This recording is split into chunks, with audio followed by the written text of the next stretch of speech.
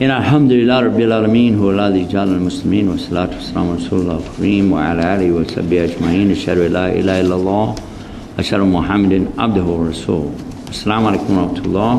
We come now to the question and answer portion of the program dealing with the subject of the calling to Islam or calling to Allah or dawah in Islam. The questions are many and all of them are good. Excellent questions. I'm wonder if I shouldn't have a chance to continue this somehow, because the questions actually are better than the program. They really are. This particular one, I'm constantly amazed at everything that happens to me here in Malaysia. Every time I turn around, something else is happening to amaze me about Malaysia and the people here. I love it. It says, can we attend Islamic classes presented by superstar Jaya? Is it sinful to pay superstar Jaya to speak to us? When do we stop guiding our family members to be better Muslims? This one I have a question about. What is a superstar Jaya? The only superstar Jaya I know in history is Muhammad sallallahu alaihi wasallam. I don't know what you mean. So this one you got to give me clarification. What do you mean by superstar? Because if somebody's a true Jaya for Islam, most likely you never heard of him. The fact that you heard of somebody already, there's some question mark about them. It's not good.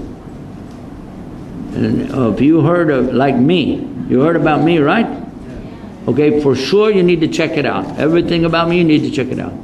Where I'm coming from, what I'm doing, who I'm hooked up with. Is there some government deal here going on? Is this guy with some group?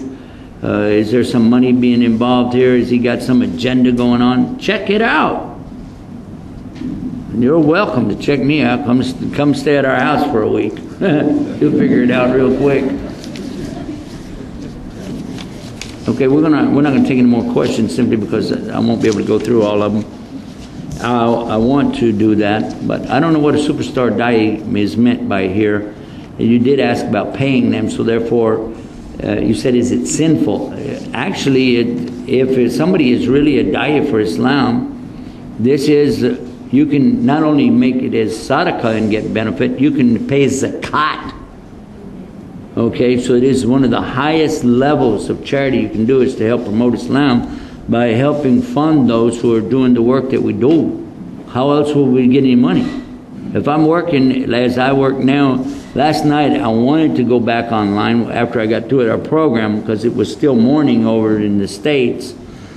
And we have morning programs every Sunday morning, and when I go on, we usually get if some people come to Islam.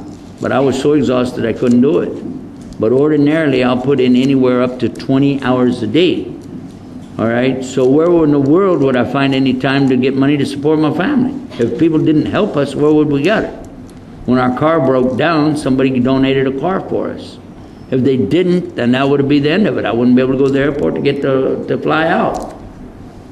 So when somebody's a real Jaya for Islam, you should support them. This is actually an obligation of the community to support the dua. You have to. But at the same time, if this is a guy who's driving around in a big limousine, he's got a big house, with swimming pools, hot and cold running swimming pools, then you got to ask yourself a question. I mean, it may be that he's been blessed. Now, I'll give you an example of Dr. Zakir Naik. This is a man who himself personally doesn't need a penny and would not take a penny. If you said this is for you and for your family, they will give it back to you. Tell you, I don't need it. If you're donating for the television channel or for the research they're doing or promoting Islam, they'll be happy to take it and they'll tell you where bank account to put it in. The reason is because Dr. Zakir Naik is a medical doctor. His brother is a medical doctor. His father is the first psychiatrist in India. The whole entire family is involved in medicine, and every one of them donates whatever they've got to support him and his family so he doesn't have to go out and do it. He told me that himself personally. So in this case, I'm sure donating to that cause is a very good thing because I've been there, part of it, seen it, I understand it works.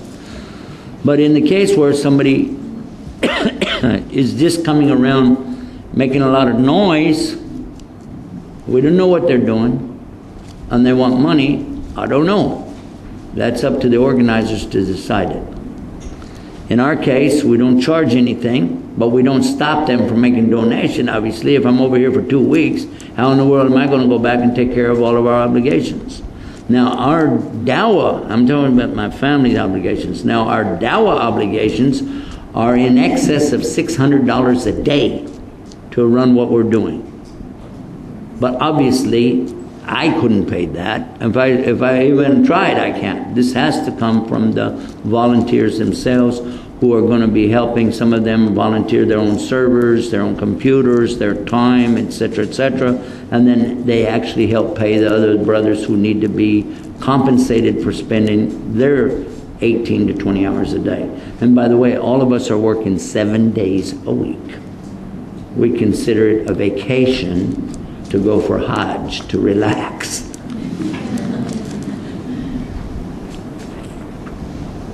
If you made Hajj, you know it's not really a vacation.